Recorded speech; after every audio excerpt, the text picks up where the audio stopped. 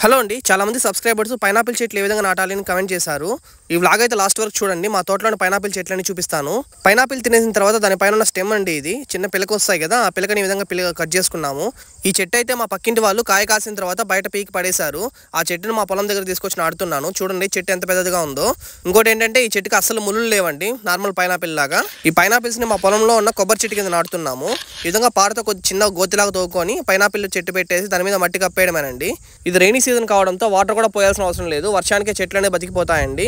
చాలా సులువు అండి పిలకలు నాటుకోవడం. జస్ట్ చిన్న గోతి తీసుకు ఈ విధంగా పాతేసాం అనుకోండి, 2-3 years అయితే చెట్లు అయిపోతాయి మనకు. ఇప్పుడు మా పొలంలో ఉన్న పైనాపిల్ చెట్లు చూపిస్తాను. ఈ చెట్లన్నీ మేము పైనాపిల్ తినిన తర్వాత దానిపైన ఉన్న పిలకని నాటినానండి. ఈ చూడండి 2 years అవుతుంది. కాయ కాకుండా జస్ట్ ఓన్లీ స్టెమ్ మాత్రమే వచ్చేసింది. మేబీ నెక్స్ట్ ఇయర్ కాయ కాస్తుందేమో. వీటిని దాదాపు 6 months అవుతుంది. చూడండి ఏ విధంగా బతికిపోయాయో. ఈ పైనాపిల్ చెట్లకి సపరేట్ గా ఎరువులు ఏమీ వేయాల్సిన అవసరం లేదండి. మన పొలంలో ఉన్న ఎరువులే సరిపోతుంది. కంటెంట్ నచ్చితే వీడియోని లైక్ చేసి ఛానల్ని సబ్స్క్రైబ్ చేసుకోండి. Thank you.